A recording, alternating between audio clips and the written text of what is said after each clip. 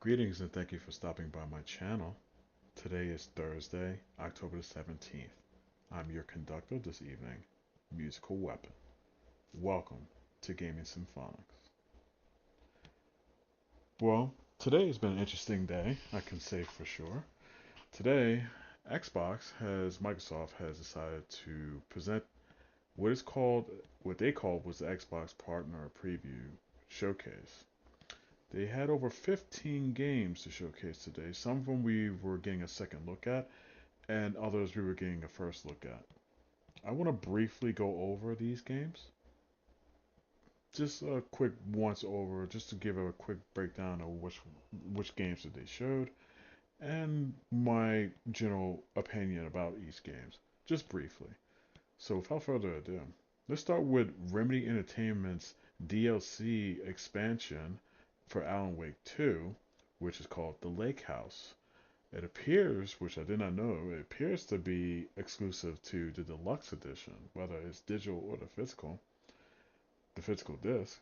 And it actually comes out for the Xbox on October the 22nd. This game is not on Game Pass, so if you want to play it on Game Pass, that's not going to happen. You're going to have to buy this game either through digital or physical. So just keep that in mind. The second game to come to the showcase was Blooper Team's Chronos, The New Dawn. Little did we know that they were making another game. They just put out, they just released, what was it, Silent Hill 2 last week? Just came out, and here they are. They're presenting their new game for the Xbox. I'm pretty sure it's not exclusive. It's just going to be first introduced on the Xbox. It probably will be released for both platforms at the same time. The game appears to be a third-person, over-the-shoulder sci-fi horror game that will remind you a little bit, at least it reminds me a little bit, of Returnal from the PlayStation 5. Comes out, it's scheduled to come out 2025 for Xbox and the PC. No mention of this game connected to Game Pass, so save your money. Looks very interesting, give it a look. The third game that they showed off was from Double Eleven's Blind Fire. It's a first person arena shooter, and it has play mechanics that's dealing within light and dark environments. The gameplay showed a great amount of detail with its dark environments. I like to see more what they have in store for its lit up environments. But they say its play mechanics is based directly around it. So go ahead and check it out. It's going to be joining the early access starting today for the Xbox and the PC. It's probably already available. So if this piques your interest after seeing the trailer, just give it a play and see how you like it. The fourth game they showed off was Sega's Like a Dragon, Pirate Yakuza, and Hawaii. Not really much to say about this game. If you ever played a Yakuza game, I think you'll like this one as well. It kind of makes me think that it's Yakuza meets Sea of Thieves. The environment looks very vibrant and colorful, like a Sea of Thieves game, and the humor is, above the charts. Just like any other Yakuza game, this game is probably going to make you laugh just like the other ones, with over the top action and great humor. Has release date February the 21st, 2025. It's for the Xbox and the PC. No mention of it being on the Game Pass, so you're going to have to buy it. The fifth game they showed off was a game called Mouse PI for Hire. It's from Playside and Fumi Games. Fumi Games. I think that's how you pronounce them right. Fumi Games. It's a first person classic cartoon looking shooter. The characters look like they came right out of a cartoon, say in the vein of Looney Tunes or Tiny Toons. Looks very close minded like that. It may, for those that have played through Cuphead, it will probably remind you of Cuphead a little bit. It has traversal that will kind of remind you of High on Life. At least that's how I saw. It has vertical and, well, of course it has horizontal, but it has vertical traversal through what looks like some type of grappling. At least they showed a portion of that video when your character is grappling something with a grappling hook. So it kind of reminds me of High on Life. It's estimated to arrive in 2025 for the Xbox and the PC. So check that game out as well. The sixth game they showed off was a sequel to Subnautica, Subnautica 2. It has early access in 2025 for the Xbox and PC, but you can wishlist this game today. So if you're ever a fan of Subnautica, which I wasn't exactly a big fan, I have friends that enjoyed this game because they really like underwater adventures, just like Sea of Thieves and this. I gave it a shot. I thought it was okay, but it just wasn't for me to finish this game. But here comes part two, 2025. The sixth game they showed off looks like it was a Metroidvania side-scrolling adventure game called Animal Well. It's available right now on the Xbox. It's not on Game Pass, but it is available in the Microsoft Store. No mention of it for the PC or Xbox One, so it looks like it's just for the Xbox Series consoles. So check that out. It's called Animal Well. The eighth game they showed off was a manga from Hiro Mashima. The game is called Eden's Zero. It's an anime style beat 'em up. I don't think it's a co-op beat 'em up. I don't also think it's a one-on-one fighting game. It looks like it's just your standard. It may be in the same veins of One Punch. Looks like it's in the same veins of that. It's very flashy cutscenes. Kind of will remind you of One Punch, or maybe even say, I would say either Mortal Kombat kind of cutscenes, or maybe even Dragon Ball Z. Yeah, it's probably a best fit. Yeah, it's Dragon Ball Z. But it's very flashy cutscenes, and it's estimated to come out in 2025 for the Xbox and the PC. The next game on the list is a game called Eternal Strands. This is a third person fantasy action adventure game. Will kind of remind players of Immortals Phoenix Arise. Mortals Phoenix Rising. Excuse me. Stylized graphics. It has stylized graphics that are cell shaded, not fully cell shaded. Some of it is realistic looking graphics, but the majority of it is cell shaded, just like Mortal Phoenix Rising. Very cool looking game, and I enjoyed Phoenix Rising quite a bit. I played through that game twice, and I've really enjoyed that game. So I may give this game a shot, and it actually is coming out day one on Game Pass. So check that out, early 2025 from what it says in the video. So check that out.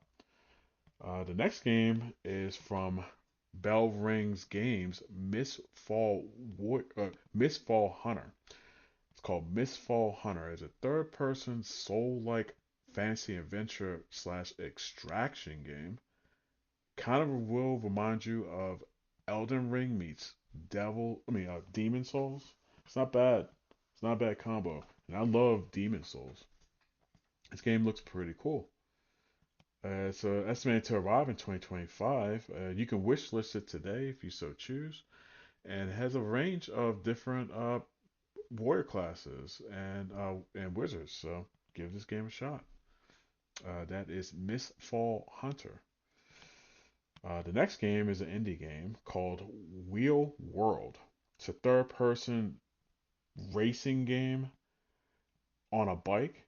Looks kind of interesting. I like the art style of this game. It's very unique in its own way.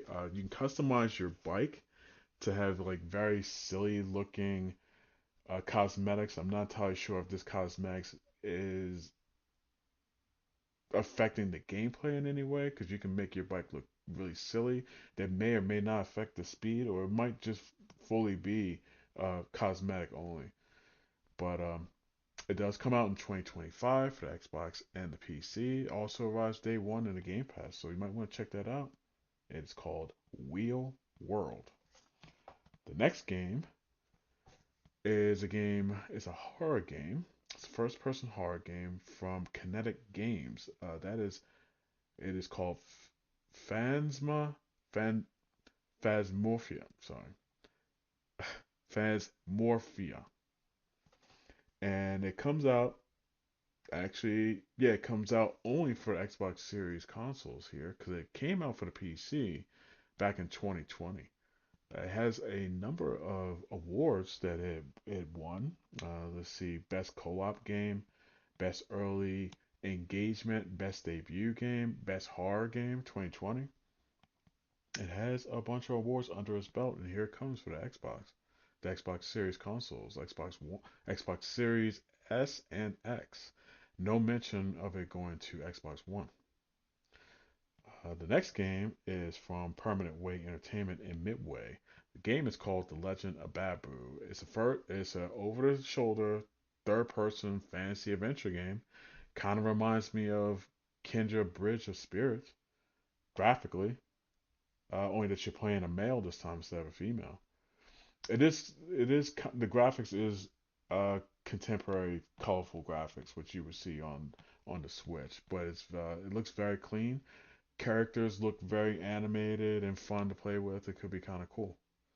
It's scheduled to arrive in 2025 for the Xbox and PC, and you can wishlist it today if you so choose. The next game is from 505 Games and Lazy. It is Wu Chang Fallen Feathers. It's a second look at this game because we've seen this at Xbox's showcase back in June. It's a third-person fantasy adventure game. You play through the game as a female protagonist. Looks very To me it looks a lot like Bayonetta. It looks like it could play like Bayonetta, only minus the guns. There's no guns. It's just melee weapons here. It's estimated to come out in 2025 for the Xbox and PC, and also arrives day one onto Game Pass. So check that out if you're a member. And lastly, we come full circle here. The final game they showed off wasn't exactly a as well as or close off with a one more title, but Remedy appears to have made two games. While they were working on the DLC for Alan Wake 2, they had a team that was working on a multiplayer game, their very first multiplayer game, and it's called the FBC Firebreak. It's a first person three-player co-op shooter within the universe of the game Control, which was that was a game made 2 games back. It looks like your player may share the same type of telekinesis power as the protagonist in Control. It looks like you were flying or floating within the gameplay of this game, so it looks like it's pretty cool. It's all first person though, so there's no third person view of this game. Characters kind of remind me of characters from Team Fortress 2. Oh, way back then. It's fun loving, but some people would say the same thing about I'm about to say Kronos, about Concord. Their characters kind of remind you of Team Fortress just a little bit. One or two of the characters kind of do remind me of Team Fortress, while the rest of them they look like they were out of Guardians of the Galaxy. But this game comes out in 2025 for the Xbox, and it's also going to be arriving day one in the Game Pass. So yeah, that was all the games that they showed off today. Now, in my opinion, if I was to rate this show from A being excellent and F being failure, this game, this showcase, I'm probably gonna have to rate this a B minus. The only reason why I do that, there's nothing really wrong with the quality of the games that they showed off. They were fine, and we know this showcase was just for their partners. We weren't expecting any first party games. That is generally why I'm gonna have to give it a B because when you do a showcase and you are a platform holder, it's kind of expected for you to show at least one of your first party games in your range of third party. They didn't bother this time. They was just all partners. The games that they showed off, yeah, they were fine. The majority of them were very interesting. I may be wanting to play about 3 or 4 of these games. I'm definitely going to play the DLC for Alan Wake 2. I own Alan Wake 2, and I have yet to play the first DLC. So I will play the first one first, and then I'll go ahead and purchase the Lake House.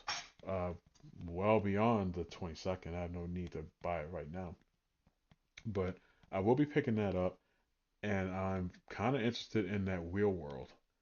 Funny enough, that looks pretty cool, and I want to check out Wu Chang Fallen Feathers. So that looks pretty interesting as well. Even though the games that they say are coming on the Game Pass day one, I won't be playing them all. I don't see myself playing them all, but I will have to purchase that Lake House one, that Lake House DLC. I will have to purchase that. But overall, as I mentioned, this show is a B. Only because of the fact that there were no first party games. And like I said, we all knew this was just going to be a partner show. Does it get a drop in merits because of that? I suppose so. But anytime when these three companies want to come together and actually showcase anything, we want to just see your first party. We can see these third party games on social media, or if they happen to run to host their own show. We don't really need a third party showcase from the three major competitors. It's nice if you want to sprinkle some third party along with your first party games in these showcases, but it is what it is. This was a partner showcase. This is how I feel. The quality of the games they showed off, and the pacing was nice. The pacing was fine, actually. It was we were just enjoying trailer after trailer with a little bit of a recap of what we just saw and what play mechanics that we were presented. They would show kind of like a segue when they would present three or four games on screen with a little bit of a caption of what that game is about and whether it's for Game Pass or not. So they were doing that. It was pretty cool. And honestly, for a partner showcase, it didn't need to be anything longer than 20 minutes to 30 minutes. 25 minutes to 30 minutes. Didn't have to be anything longer than that. So I commend you on that one, Microsoft. So yeah, this is I would say this is a wrap for the partner showcase, the partner preview for today, October 17th, 2024. And we'll see you online for the next one. I will mention the games I'm actually playing. I'm going to mention the game that I'm currently playing, and then I want to mention the game that I want to be playing. Not a lot of people do that. What I'm currently playing through is two indies. I'm playing through Little Kitty Big City, which is actually very fun to me. And I'm actually just started the. I just finished installing. I'm very late to this game. I just finished installing, and we'll be playing Far Cry 6. I'll play that while I'm waiting for what I want to be playing, which is Black Ops 6, the campaign for Black Ops 6. I'll play that through Game Pass.